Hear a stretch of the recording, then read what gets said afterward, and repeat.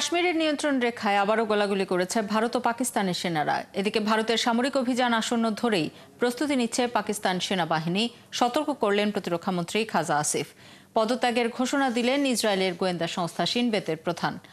এদিকে ইউক্রেনের সঙ্গে আকস্মিকভাবে 3 দিনের যুদ্ধবিরতি ঘোষণা দিয়েছেন পুতিন। অন্যদিকে স্পেন, পর্তুগালে বড় ধরনের বিদ্যুৎ বিপর্যয়, অচল জনজীবন। অন্যদিকে কানাডার ভারত জাতীয় নির্বাচনে জয় পেয়েছে দেশটির ক্ষমতাসীন লিবারেল পার্টি। জানাবো সেই খবরও। বিশ্বের নানা প্রান্তের এমন নানা রকম সব খবর নিয়ে বিশ্বযোগের আজকের আয়োজনে স্বাগত জানাচ্ছি আমি আফসানা শাওন। কাশ্মীরে পর্যটকদের ওপর ভয়াবহ হামলার ঘটনার পর পাকিস্তানে ভারতের সামরিক অভিযান আসন্ন বলে মন্তব্য করেছেন দেশটির প্রতিরক্ষা মন্ত্রী খাজা মোহাম্মদ আসিফ। দেশবাসীকে এই ইস্যুতে মানসিকভাবে প্রস্তুত থাকার আহ্বানও জানান তিনি। এর মধ্যেই কাশ্মীর সীমান্তের নিয়ন্ত্রণ রেখা বরাবর ভারত ও পাকিস্তানের সেনাদের মধ্যে আবারও গোলাগুলির ঘটনা ঘটেছে। এদিকে নিরাপত্তাহীনতার আশঙ্কায় জম্মু কাশ্মীরের অর্ধেকের বেশি পর্যটন কেন্দ্র বন্ধ করে দিয়েছে ভারতীয় কর্তৃপক্ষ। বিস্তারিত মনিরুজ্জামান বাবুর রিপোর্টে। কাশ্মীরে পর্যটকদের উপর জঙ্গি হামলার পর থেকেই আতঙ্কে দিন কাটছে ভারত পাকিস্তান দুই দেশের সীমান্তের মানুষের। ফের যুদ্ধের আশঙ্কায় উদ্বেগ বাড়ছে তাদের। এর মাঝেই দেশবাসীকে মানসিকভাবে প্রস্তুত থাকতে বললেন পাকিস্তানের প্রতিরক্ষামন্ত্রী খাজা আসিফ।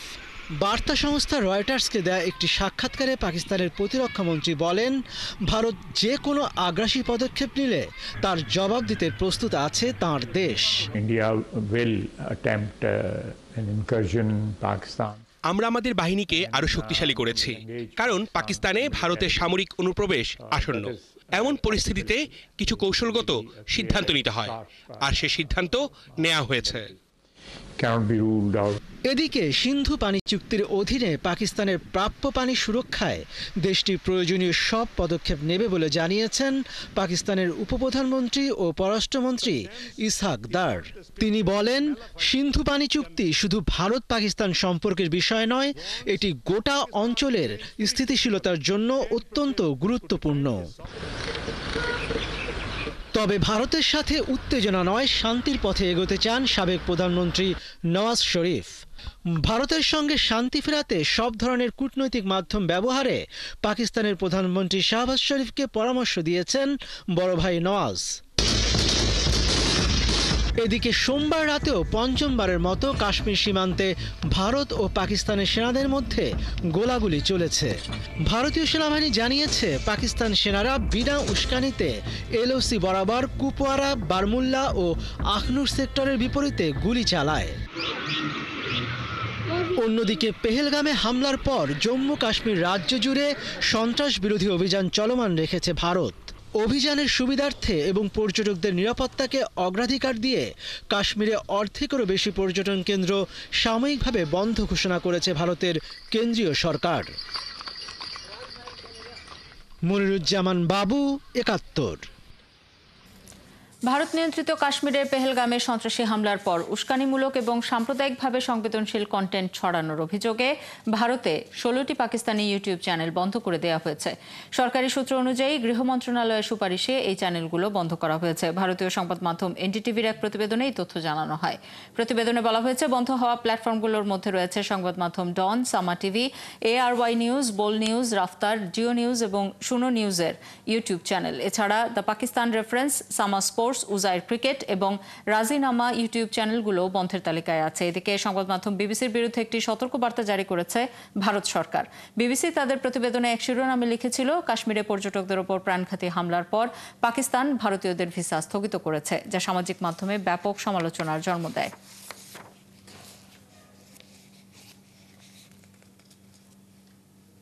পাকিস্তানের সঙ্গে ক্রমবর্ধমান উত্তেজনার মধ্যে ফ্রান্স থেকে আরও 26টি রাফাল যুদ্ধ বিমান কেনার চুক্তি করেছে ভারত।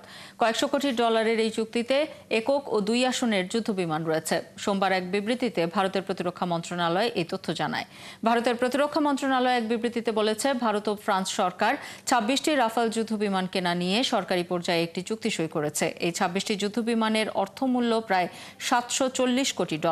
চুক্তির আওতায় প্রশিক্ষণ, সিমুলেটর, আনুষঙ্গিক যন্ত্রপাতি, অস্ত্র ও কার্যক্ষমতা ভিত্তিক রক্ষণাবেক্ষণ সরঞ্জাম অন্তর্ভুক্ত রয়েছে। নতুন ২৬টি যুদ্ধবিমানের ২২টি একক আসনের এবং ৪টি ২ আসনের। রাফাল যুদ্ধবিমানগুলো তৈরি করেছে ফরাসি মহাকাশ সংস্থা দাসো এভিয়েশন। এগুলো ভারতের নিজেদের তৈরি বিমানবাহী রণতরী থেকে পরিচালিত হবে। রাশিয়ার মিগ-29কে যুদ্ধবিমানের জায়গায় নতুন রাফাল যুদ্ধবিমানগুলো যুক্ত হবে।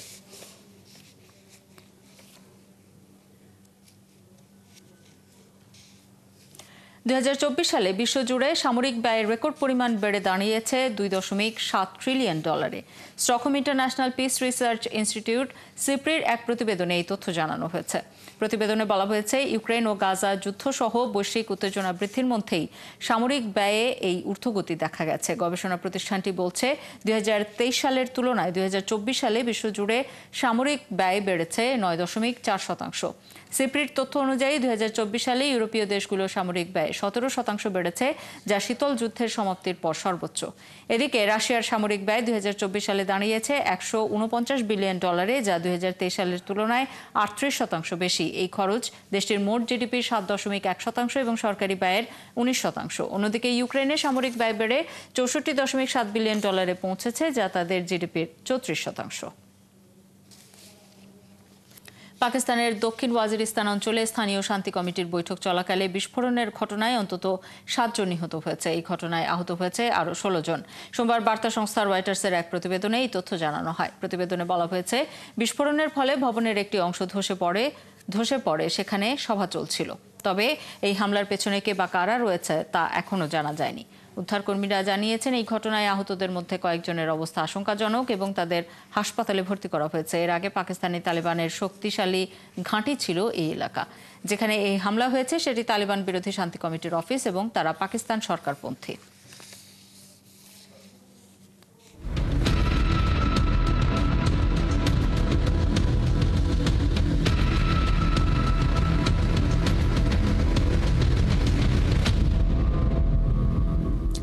গাজায় ইসরায়েলি বিমান হামলায় একদিনে ৫১ জন ফিলিস্তিনি নিহত হয়েছে, আহত হয়েছে আরও অনেকে। ফিলিস্তিনের সরকারি বার্তা সংস্থা ওয়াফা জানিয়েছে, প্রথম হামলার ঘটনাটি ঘটে সোমবার সকালে গাজার দক্ষিণাঞ্চলীয় শহর খান ইউনিসে। এতে নিহত হন ৯ জন। একই সময়ে খান ইউনিসের নিকটবর্তী আল শরীফ শরণার্থী শিবিরেও হামলা চালায় ইসরায়েলি বাহিনী। গাজার প্রধান শহর গাজা সিটিতে নিহত হয়েছে মোট ১৯ জন। এছাড়া উত্তর গাজার বেত লাহিয়া উপশহরে ইসরায়েলি বিমান হামলায় অনেক মানুষ হতাহত হয়েছে। এদিকে অ্যামনেস্টি ইন্টারন্যাশনাল তাদের এক প্রতিবেদনে বলেছে, গাজায় গণহত্যা চালাচ্ছে ইসরায়েল।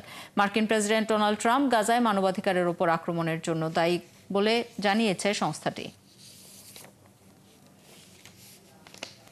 ফিলিস্তিনের অধিকৃত পশ্চিম তীর এবং পূর্ব জেরুজালেমের মতো গাজা উপত্যকাও ফিলিস্তিনিদের বলে মন্তব্য করেছেন তুরস্কের প্রেসিডেন্ট রিসেপ তাইয়েপ এরদোয়ান। গাজার ফিলিস্তিনিরা চিরকাল তাদের জন্মভূমিতে বসবাস করবে বলেও জানিয়েছেন এরদোয়ান। সোমবার রাজধানী আঙ্কারায় মন্ত্রিসভার বৈঠকের পর করা মন্তব্যে এরদোয়ান বলেন, পূর্ব জেরুজালেম এবং পশ্চিম তীরের মতোই গাজাও ফিলিস্তিনিদের ভূমি। এরদোয়ান উল্লেখ করেন, গত ১৮ এপ্রিল তুরস্কে আয়োজিত ফিলিস্তিনের পক্ষে সংসদীয় গ্রুপের বৈঠকও তুরস্কের ফিলিস্তিনি ইস্যুতে অবস্থানকে বিশ্বের সামনে স্পষ্ট করে দিয়েছে। তিনি বলেন, ফিলিস্তিনিদের প্রতি তুরস্কের সমর্থন বিশ্বজুড়ে সুপরিচিত। গাজায় ইসরায়েলের বর্বরতার কঠোর সমালোচনা করে এরদোয়ান বলেন, রক্তপাত ও মানবিক সহায়তা বন্ধ করে সেখানে কিছুই অর্জন করা সম্ভব নয়।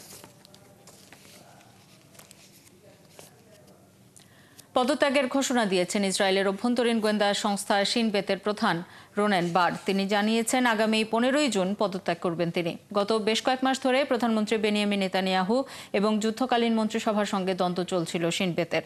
তদন্তের গতি প্রকৃতি এবং ফলাফল নেতানিয়াহু এবং তার মন্ত্রিসভার কট্টরপন্থী সদস্যদের প্রত্যাশা অনুযায়ী না হওয়ায় শিন বেত এবং রোনেন বারের ওপর ক্ষুব্ধ হয়ে উঠেছিলেন তারা। এরপর রোনেনকে চাকরিচ্যুত করার চেষ্টাও করেছিলেন নেতানিয়াহু, কিন্তু দেশজুড়ে প্রতিবাদ ও তীব্র সমালোচনার পর সেই চেষ্টা থেকে বিরত হতে হয় তাকে। পরে ইসরায়েলের সুপ্রিম কোর্ট রোনেনকে চাকরিচ্যুত করার চেষ্টার ওপর স্থগিতাদেশ দেন।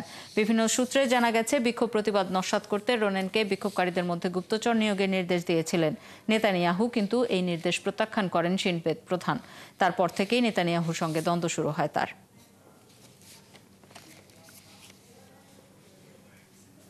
ইয়েমেনের সাদায় অভিবাসন প্রত্যাশীদের রাখা একটি আটক কেন্দ্রে বিমান হামলা চালিয়েছে যুক্তরাষ্ট্র। এতে অন্তত ৬৮ জন নিহত হয়েছেন। সংবাদ মাধ্যম আল জাজিরার এক প্রতিবেদনে বলা হয়েছে, সাদায় ওই অভিবাসী কেন্দ্রে প্রায় ১০০ জন ইথিওপীয় এবং অন্যান্য আফ্রিকান অভিবাসী ছিলেন, যারা কাজের সন্ধানে ইয়েমেন হয়ে সৌদি আরব যাওয়ার সময় ধরা পড়েন। একই দিন রাজধানী সানার উত্তরের বনি আল হারিত এলাকায় আরও একটি বোমা হামলা চালিয়েছে যুক্তরাষ্ট্র। এতে নারী ও শিশুসহ ৮ জন বেসামরিক মানুষ নিহত হয়েছেন। মার্কিন সেন্ট্রাল কমান্ড জানিয়েছে, চলতি বছর মার্চ থেকে পর্যন্ত ইয়েমেনে ৮০০-র বেশি বিমান হামলা চালিয়েছে যুক্তরাষ্ট্র। তাদের দাবি, তারা এই হামলায় শত শত হুথি যোদ্ধা এবং নেতাদের হত্যা করেছে। ইরানের বন্দর নগরী বন্দর আব্বাসে ভয়াবহ বিস্ফোরণে নিহতের সংখ্যা বেড়ে দাঁড়িয়েছে ৭০ জনে।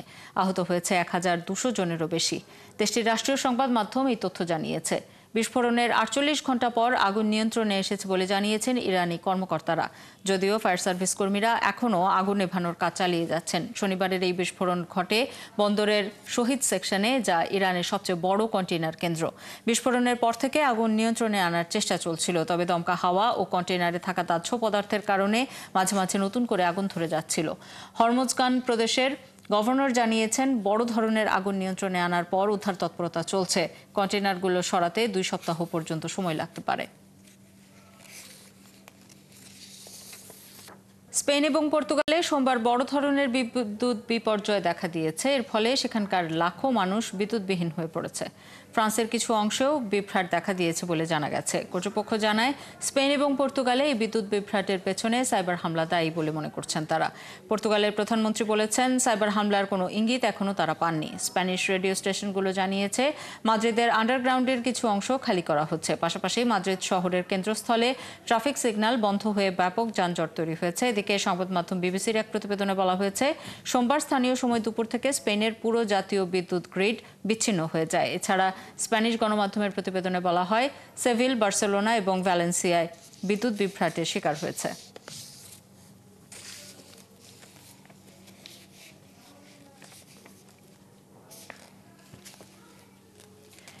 কানাডার জাতীয় নির্বাচনে আবারও জয় পেয়েছে ক্ষমতাসীন লিবারেল পার্টি। প্রাথমিক ফলাফল অনুযায়ী লিবারেল পার্টি পার্লামেন্টের ৩৪৩ আসনের মধ্যে সবচেয়ে বেশি আসন পেতে যাচ্ছে। এর ফলে প্রধানমন্ত্রী মার্ক কার্নি ক্ষমতায় থাকছেন।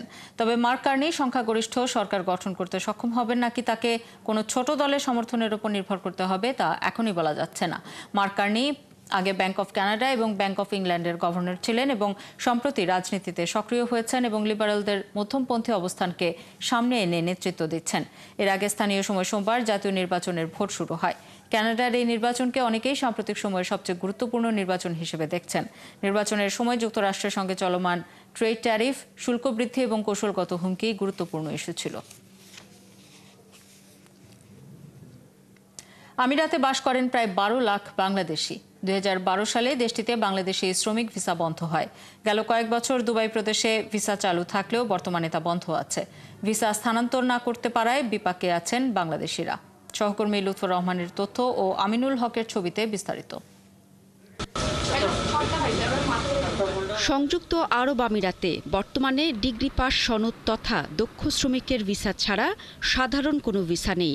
অথচ অর্ধলক্ষ ক্ষুদ্র মাঝারি বাংলাদেশি উদ্যোক্তারা নিজ দেশীয় শ্রমিকের অভাবে হিমশিম খাচ্ছেন। আমার এই যে প্রতিষ্ঠান ওপেন আমি করেছি, এই প্রতিষ্ঠানে আমি কোনো বাংলাদেশি কর্মচারী নিয়োগ দিতে পারছি না। অতি দুঃখের সাথে আমি বলতে চাচ্ছি যে এভাবে যদি সামনে আরো কয়েকদিন, কয়েক মাস, কয়েক বছর চলতে থাকে, তাহলে আমরা বাংলাদেশিরা কখনো ব্যবসায় স্বাবলম্বী হতে পারবো না।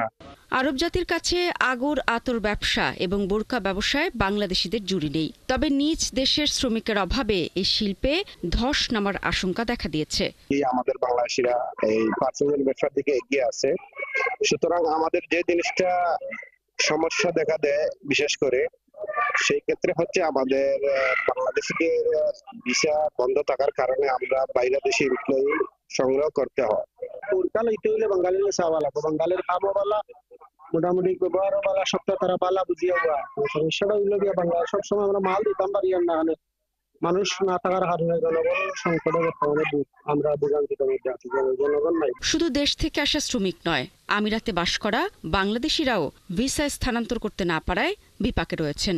যদি বাংলাদেশিদের ভিসা ট্রান্সফার চালু হইতো, তাহলে আমরা আমাদের যোগ্যতা অনুযায়ী আমাদের যে জায়গায় চাকরি করে আমরা আমাদের মন মতো কাজ করতে পারতাম, ওই জায়গায় আমরা ওই পর্যায়ে আমরা যেতে পারতাম।